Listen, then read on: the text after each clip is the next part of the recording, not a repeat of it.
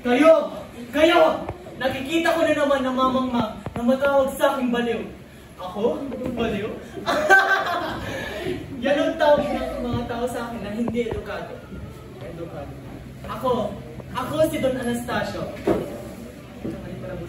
Ako si Don Anastasio. Matalino, mayaman, ngunit nagbago lahat ng sinunod ko ang utos ng aking ina. Nais niya akong maging pare o tumigil sa pag-aaral ng filosofiya. Sa kadalihanang pagkatakot niya na makalimutan ko ang Diyos. Mahigit 10 taon ko nang inutos. Inimumungkahi sa mga bagong kapitan na magpatayo ng mga poste sa pag-uli ng kita. Ngunit anong ginawa nila? Pinagtawanan na nila ako!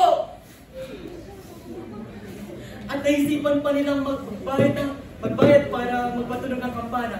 Ngunit natuklasan lang nila na masama ang pagpapatunog ng kampana tuwing may bonus. Ako ulit si Don Anastasio, kilala bilang pilosopo Tasyo na matagal ng patay.